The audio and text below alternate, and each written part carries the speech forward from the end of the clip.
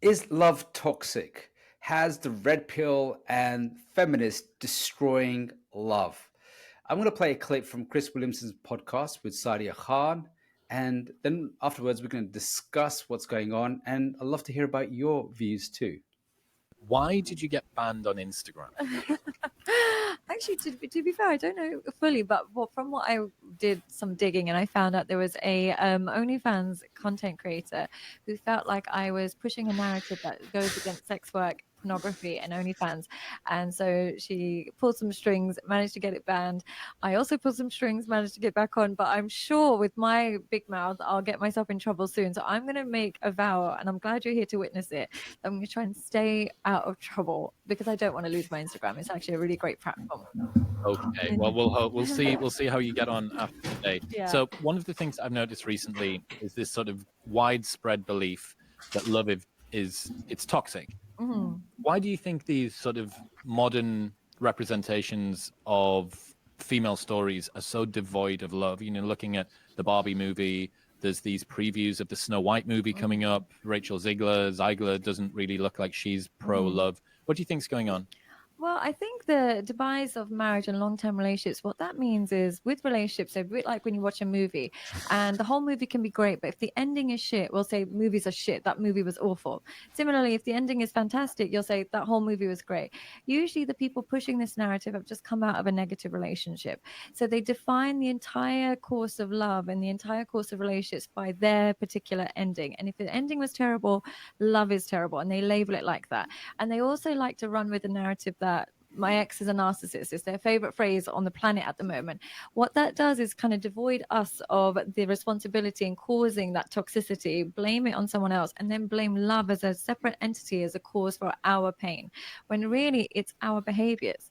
So the love isn't toxic, it's how we behave in love and how we behave when vulnerable that creates toxicity. But it's easier to just say that love is this really dangerous emotion and we should avoid it at all costs and always keep our armor up just in case love comes at us and kills us, when really it's our poor decision making or our behaviors that cause love to be toxic. Yeah, it's strange to me that it appears to be like a top-down narrative as well. It's not just individuals rejecting love; it's also in movies, it's in culture as well. Yeah, and I do think there is there is a lot to be gained from convincing people that love is toxic and you don't need it, because independence breeds more customers, whether it's on social media, whether it's on porn sites, whether it's on cosmetic surgery. Independence creates customers. So I think that it makes total sense from a marketing perspective to just breed the idea that love is no longer necessary. I saw a lot of interviews from the star of Snow White where she was almost making digs at what is actually quite a sweet fairy tale, but trying to make it into digs. And I just thought, I'm guessing the narrative of seeing love as weak is being propagated in the culture today. I don't know. Yeah, there's a quote from that interview. She's not going to be saved by the prince. She's not going to be dreaming about true love. She's dreaming about becoming the leader she knows she can be. The prince in the original movie stalked her. Why would you sign up to a film if that's what you believe was the message behind it? So we just heard Saadia Khan share about, toxic love. Now, guys, what's your opinion? Because there was quite a lot of interesting facts shared there, or interesting opinions there. One was a quote, and one was also that when there's a bad ending, that just defines the whole relationship. So let's start with a quote. She's saying that, people the women who are going to go to this want the movie because it's going to be very empowering. But is that truly why, or what women's desires are? So not to be rescued by the prince anymore? Why is this narrative changing? I don't think it's totally changing. I think that for some women, I think maybe more Gen Z women, more liberal women, there is a trend towards, not being as focused on getting married, falling in love, more of a focus on developing your career now. But I think that it's still hardwired into us. Like that's what I think, that this might be a temporary shift. What do you think? Chuck, let's go. I Let's think go with you.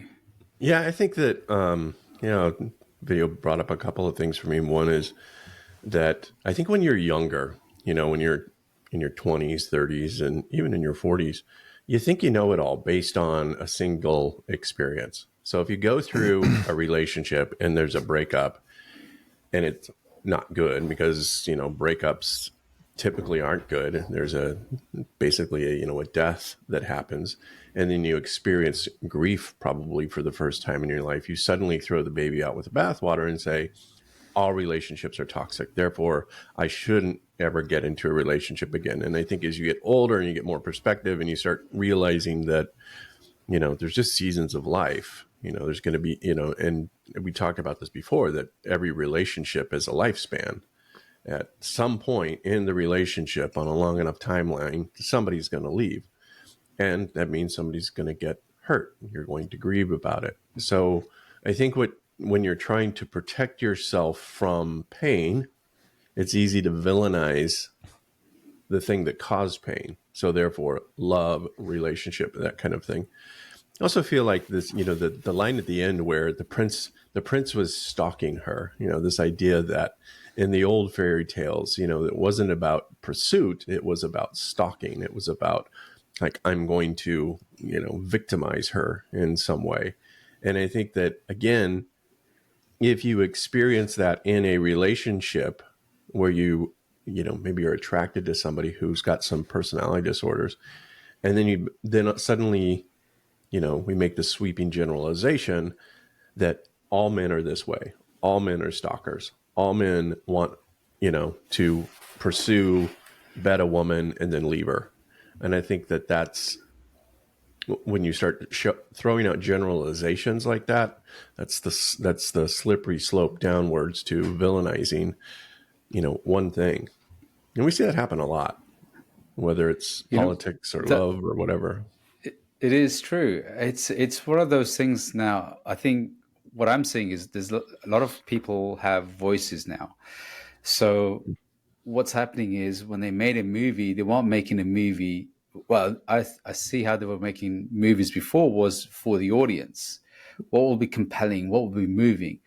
Now, I think the next generation of writers, what they're doing is rather than making a movie for the audience, they're projecting their own wounds, their traumas in that, and they're filling their narrative of how they see the world. And yeah, I can see that they're also buying into everybody else's narrative. But what's happening is there's a lot of projection going on. So now he's a stalker. It's probably because the experiences that they've had that's tarnished that. It might not be the whole. I can see that some guys will be. So what I'm seeing with the shift of is love becoming more toxic, is that you've got a lot of hurt people in the red pill community. You've got a lot of hurt people in the feminist community. And what they're doing is they're bringing these narratives out into the media because they're probably running podcasts or they're probably running movies, and they have all these powerful positions where they're projecting that stuff. And all humans do it. I do it. I'm sure you guys do it. Everybody does that. They're all, bringing our biases towards that. And what's happening is that they're not getting cleaned up or filtered, and there's no one left there now to say, hang on a minute, that's not right, or that's not helpful, or that won't move us in a great place. And what's happening is, most of us are very susceptible to ideas, and we're like sheep. We'll just follow along with the herd. So if you've seen the Barbie movie, you're going to believe that narrative to be true. But deep down, like Ari was saying, it's a different story because instinctually we want the things that matter us to most. We want that. And, we're primal people. We're also tribal people, and we want community. And a lot of the stuff is really ripping us apart. Well, I think it's human nature. First of all, it's human nature to have biases, like you say. And it's human nature to seek out others who have the same opinion as you so that you feel validated. So you get a group of people together that are sort of in this echo chamber going, oh yeah, this happened to me, this happened to me. And next thing you know, there's this entire group of people that are shouting, this thing here is toxic. Yeah. And then everybody else, because these people are so loud about it. And that's the thing too, is as humans, it's human nature. If somebody is really loud about something and has an opinion, even if they have no facts behind it, we tend to believe them because, well, if they're that passionate about it, surely they've done all of the research behind that to understand what's going on. And so therefore they must be right. And, you know, you see this in, again, politics or any kind of movement. The people that shout the most, others listen to it and go, oh, well, they must be right because, you know, they obviously have studied the issues. Otherwise, they wouldn't be so passionate and there wouldn't be so many of them. It's funny you say that. So I was on a retreat and I got into a disagreement with this lady, and we were kind of like getting quite passionate about this argument. And there was another lady next to her, and they were both really, you know, rallying up against me. 5 minutes later, another girl comes and joins us. This sounds kind of hot. Yeah, where's this going? There was a lot of tension. So another girl joins us after 5 minutes, and she is pissed and angry. And I'm saying, why are you angry? And she said, I don't know, because they're angry at you, so I'm going to be angry at you. And I was silent. I was like, how, what, nothing. It was time to remove myself. So she was angry because her friends were angry at me. Yeah. But you see, what also happened was you were getting a whole lot of attention. It was negative attention, but you were getting a whole lot of attention. So that's also kind of, I think, the human nature thing of like, okay, if I play the villain, guess what? I'm going to get a lot of attention. People are going to listen to it. They're not necessarily going to like me or like whatever, but they're at least listening to what I have to say. So you always need to have a hero and a villain in every single story. And so in their story, in their narrative, they start collecting, well, he's the villain.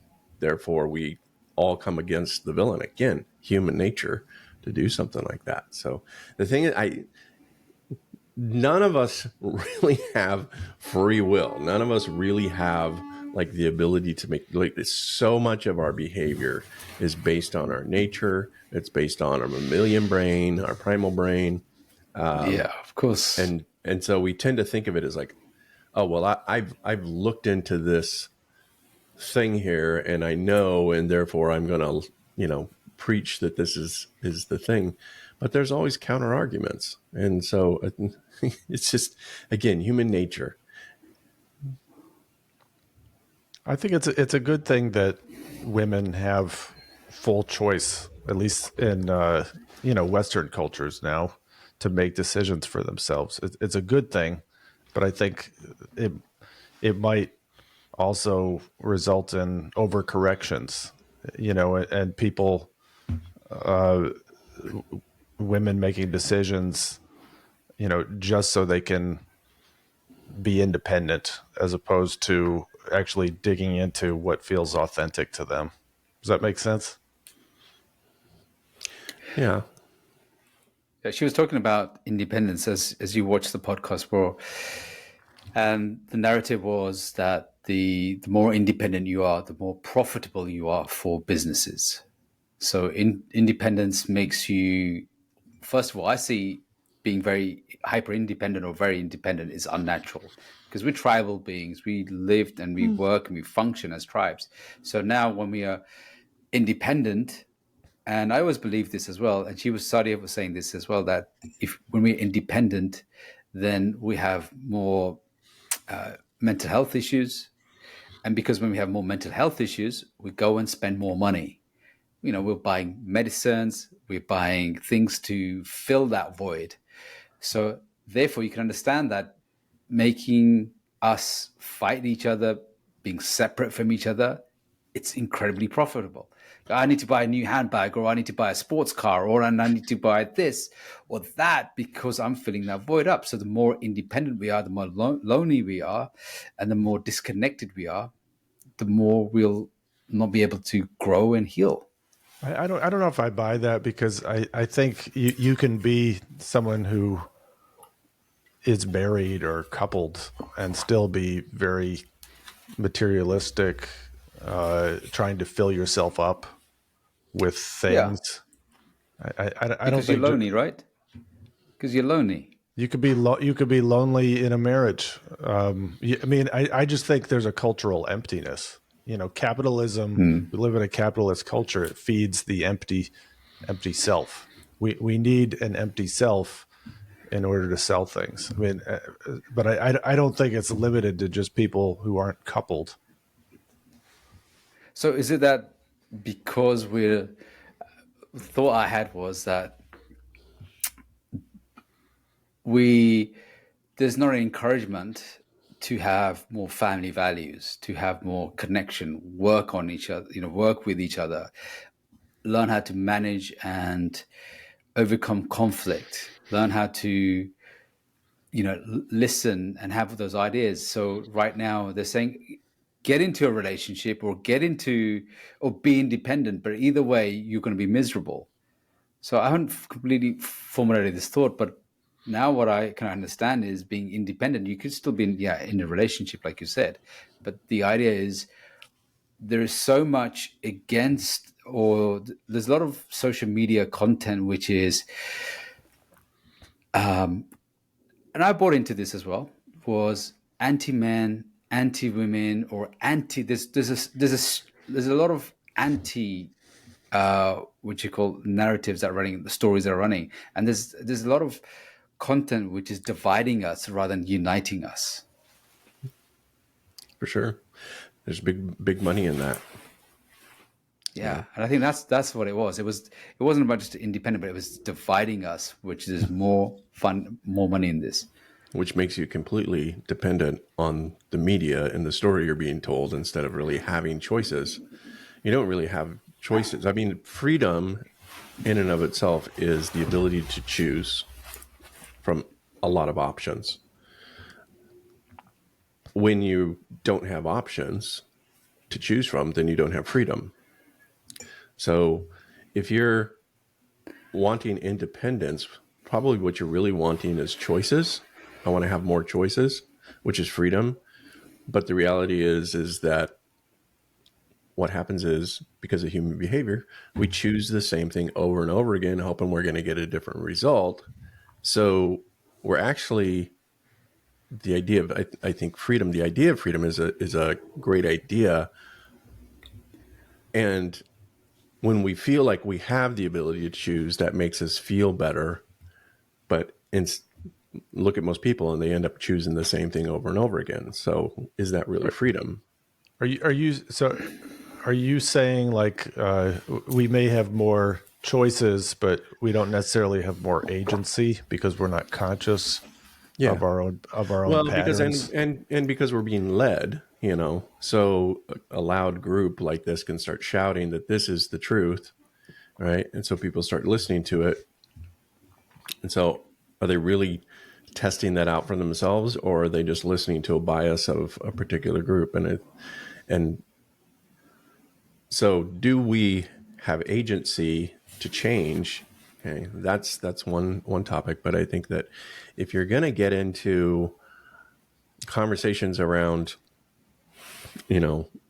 men, women, right? There's always going to be this divisive there, just like there's going to be a device between Democrats and Republicans, or, any other group where there's a left and a right. You're going to lean towards the group that has the same opinions as you. And that's based on your own worldview, your experiences, and all that. So going back to this clip, the people in Hollywood who are the new generation coming up, their experience is limited to, maybe one or two relationships. And so they say, love is toxic, love is dead, pursue independence. And what they'll find is they're going to start pursuing independence, and then they're going to go like 10 years from now, go like, I'm really lonely. I don't know what to do. I'm really lonely, and again, I think the experience comes with age, so that their narrative will probably shift in, 10 years time from love is toxic to I feel alone and desperate and, I need somebody. I don't know. We'll wait and see. We'll see if that see what happens. It'll be interesting to see what happens. And what's your experience? Like for you guys personally, what's your opinion on love is toxic? Because for me, what I found was when you're a nice guy, when you don't have deep roots, you're quite susceptible to other people's ideas, especially when they have a lot of certainty and you're convinced. That's what certainty does, is there's a lot of conviction in that. And when you don't have your own roots, and when you don't have your own values, your own solid self, or you know yourself solid, you just follow everybody else. And most of my life, that's been my experience in my case, is that what everybody else has said, I'm malleable to what's going on. And what I've learned is when you start to, and I think that's kind of like a rite of passage in a way, because you need to go through a lot of rubbish a lot of mess in order to then start becoming more strong. It's just like training. You have to rip a lot of muscles, which seems like damage, in order to build something strong. And my experience myself has been that what I've learned is there is so much toxicity on the internet, and I've consumed a lot of it, but I'm also been guilty of regurgitating a lot of that content because I didn't know better myself. Taking a step back, speaking to wiser people like you guys and other men and women, what I've experienced is we need to go back to Mother Nature. We need to go back to how nature is, and nature is family, connection, good people around us, regardless of any of the things that divide us. And I've become a lot more, I'd say, family oriented now. I see community, people together, togetherness far more valuable, and they have a lot of the answers that we are looking for now, which is not on social media, which is not social media, and which is not buying expensive things in the world. It's the things that we can't buy, and it's always been the priceless things that I say I value more. Maybe it comes with age as well. As you get older and you get wiser and you realize, well, I haven't got much time left on earth anymore. The most important things are connections, conversations, walks with people, beautiful and enjoyable food, dinner, just sharing that community connection time. I think one of the things this has made me think about is the Sean T. Smith Gatekeeper book. And, he's talking about two different kinds of love. I think he breaks it down into passionate love, which is more like infatuation. It's the honeymoon period, which can last, 6 months or maybe a year in a relationship. And then there's companionate love, which is the more conscious love that develops over time. It's after the honeymoon phase is over. And I'm wondering if a lot of young people have even made it into that companionate love phase, and they may be defining things more through that lens of infatuation. So I think that's one issue. And he also talks in that book about, if you're valuing love over other qualities in a relationship or in a woman or just a partner, that really may cloud your choices and how you make a decision about a partner. So he really encourages people to slow down and not just let the feeling of love trump other aspects of making a decision about a partner. Looking at the other person's qualities. Do they have maturity, stability, composure, joy, dignity? Are all of these things their own qualities, or qualities that you find from being in the relationship? So I think we need to expand sort of our whole process of how we choose a partner, that it isn't purely about that feeling of love. That might be the most important piece, but it's not the only important piece. And Ari, and it's such an important point that you've made there as well. What's your take on, from your life experience, from on love? What have you seen? What have you maybe changed your mind on, or have any different opinions since you from your maybe early years? I mean, I think I'm guilty of getting caught up in infatuation and wanting to stay in that phase, and not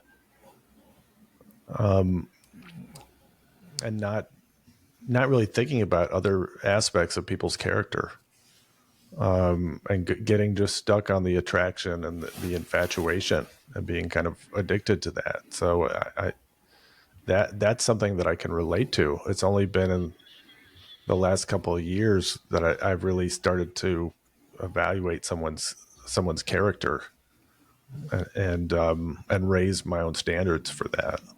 I mean, I don't know if I answered your question, but A little bit. Chuck, what about you? Well, I think, the word toxic is kind of a buzzword right now, or toxic everything. And the truth is everything is toxic. You can drink too much water and die. You can have too much oxygen and die. You can drink too much coffee and die. Everything is toxic. In the end, too much of anything is going to lead to your death.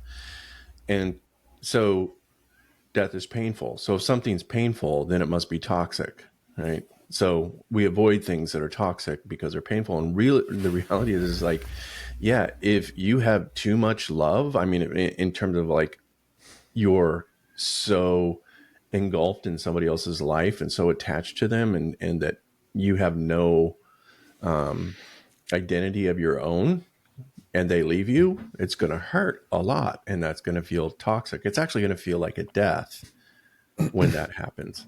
So I think we have to come to an understanding, like what Ari was saying, is like, okay, A, what is love, and B, what is toxicity? And what you're also saying is like, what, does a person have like a full life? Yeah. Outside of that love. Right. And it's interesting that, these people, they call something toxic, right? And it's never about them. Oh, I chose to be in this relationship. I chose to lose myself in this relationship. There's never personal responsibility on it. It's always about the other person being the bad thing. And somehow this other thing fooled them into, crushing them, killing them, whatever. So if you don't have personal responsibility, first of all, and go, okay, I made a bad choice. That was bad on my part. I'm going to learn from this experience. Does that mean all relationships are bad, or just the one that I happen to be in? And so if you take in, again, it's like throwing the baby out with the bathwater. All love is toxic. Therefore, just go your own way.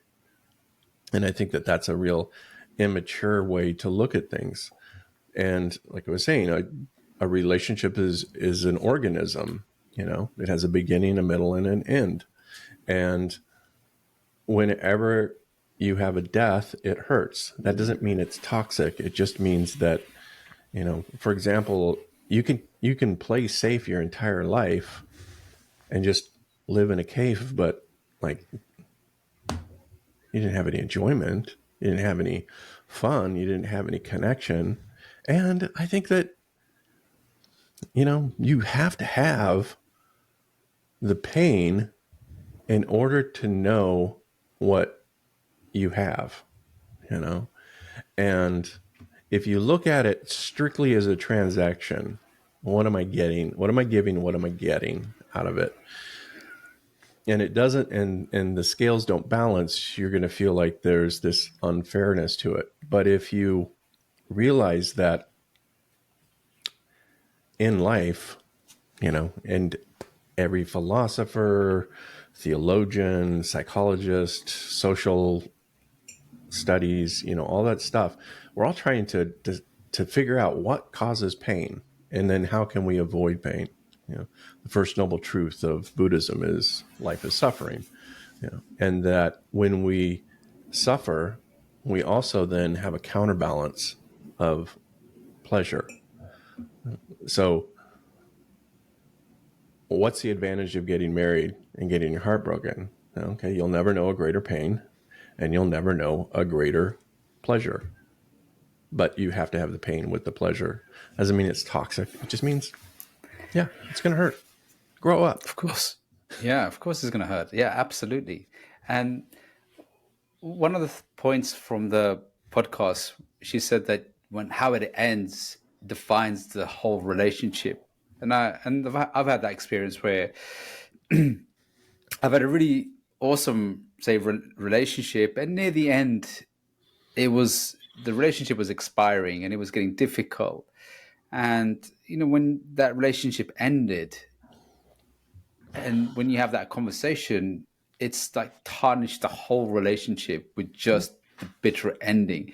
And you're thinking you forgot the whole good points, the high points. And it's just that ending part that you just remember, and then you just tarnish that with the whole relationship. And all the names then start to come out. Character assassination starts to come out. Yeah, of course, everyone's going to bring in some rough edges to the relationship. There is no way no one's going to come in perfect. You are going to bring those rough edges to the relationship. Yes, things are going to be messy. Things are going to be difficult. It's going to go wrong at points. And it's going to be painful. It's going to hurt. And this is one of the things that a lot of us miss is, it's our choices that we're making. The painful thing is it's our choices, our selection. And the moment we start listening to truth it points back to us, not them. That's when we start getting into empower and healing. We're not going to heal. And I learned this about myself as well. There was an incident that happened a few weeks ago, and things were pointed out about me. And I was really resisting it because the truth was really hurting me. It's like, fuck, I don't want to see it. I was denying it, but it was the actual truth. And I sat with it. And I really wrote it down. And I said, actually, this is the truth I don't want to see. And here's the truth.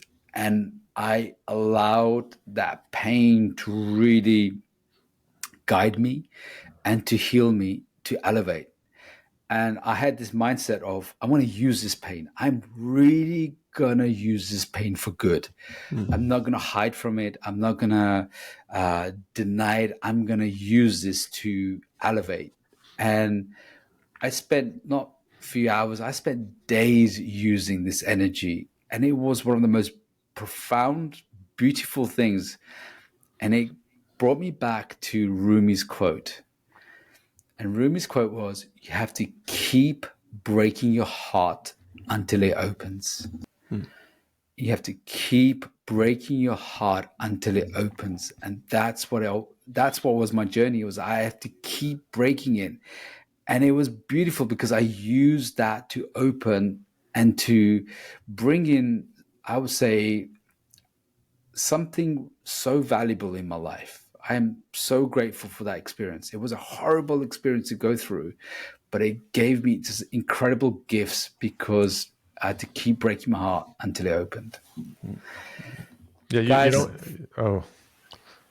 you don't hear enough about people being grateful for their heartbreaks and their mistakes, and how they learn from relationships. They want to play the victim. There's just too much, whether it's the red pill or radical feminists, there's just a lot of victim mindset. That's the commonality between the two. Mm-hmm. Right. And when you're a victim, you're not able to take personal responsibility. And I think personal responsibility is about learning to grow and become, I think the purpose of life is to become the best version of yourself. If you look at our lifespan, we're always growing, changing, adapting. We're always becoming who I was 10 years ago and who I am today, completely different, even from a molecular level. My molecules and everything, they're completely different than they were, 10 years ago. So if I'm not leaning into the change, right, and I'm resisting that, then I'm going to get the same thing over and over again. One of the things I really try to strive for in my life is to create a culture of gratitude and appreciation in my family. And that's what I teach my clients, is part of your job as a leader is to create gratitude and appreciation. And then that becomes, contagious. And as you do that, you'll see that shift in the environment start to change. So many cultures, family cultures, are toxic because they're painful, because they're all reacting to each other rather than responding with gratitude and appreciation. Once you start to change that, it's hard. There's definitely times where you're like, I'm not grateful and I'm not appreciative of the things that are going on. But if you continue to kind of look for that, then becomes the shift. And I think the shift of where love is I feel grateful for the things I have in my life. I appreciate the things that are in my life. I also feel that others are grateful to have me in their life and appreciate having me in their life. And that, to me, is the mature companion love that you were talking about, Sean, in his book, that Sean's talking about in his book. Chuck, that's I think that's such an important journey, is to bring gratitude into our life. So my message was, truth is going to fucking suck, but really take ownership on that. And Chuck, you were saying about gratitude. Ari, what's the message that you want to give to the audiences? How do we get to this place where we don't see love as toxic all the time? What can we do? Well, I think we've been saying, love is something that love can be easy. It's easy to have that feeling for someone. It's often infatuation, but to develop a real enduring relationship, a mature relationship with someone, takes a lot of other skills and qualities. So give yourself a chance to develop that in yourself and to look for the right people before you make a decision about love relationships. That's my 2 cents. Amazing. Thanks, guys. It's been a really interesting conversation, and I love how we can, bring a lot of guidance and support to a lot of people that are struggling right now. And I think the whole world is in a place where it needs a lot of guidance, support, and it needs that because we have so many things that are so many forces that are dividing us right now. Guys, this has been the Nice Guy Show. Appreciate Ari, appreciate Chuck for helping you, guiding you. And please remember to like, subscribe, and share, and comment. What's your version of it? What's your experience of love? Love to hear your thoughts. See you on the next show. You've been listening to The Nice Guy.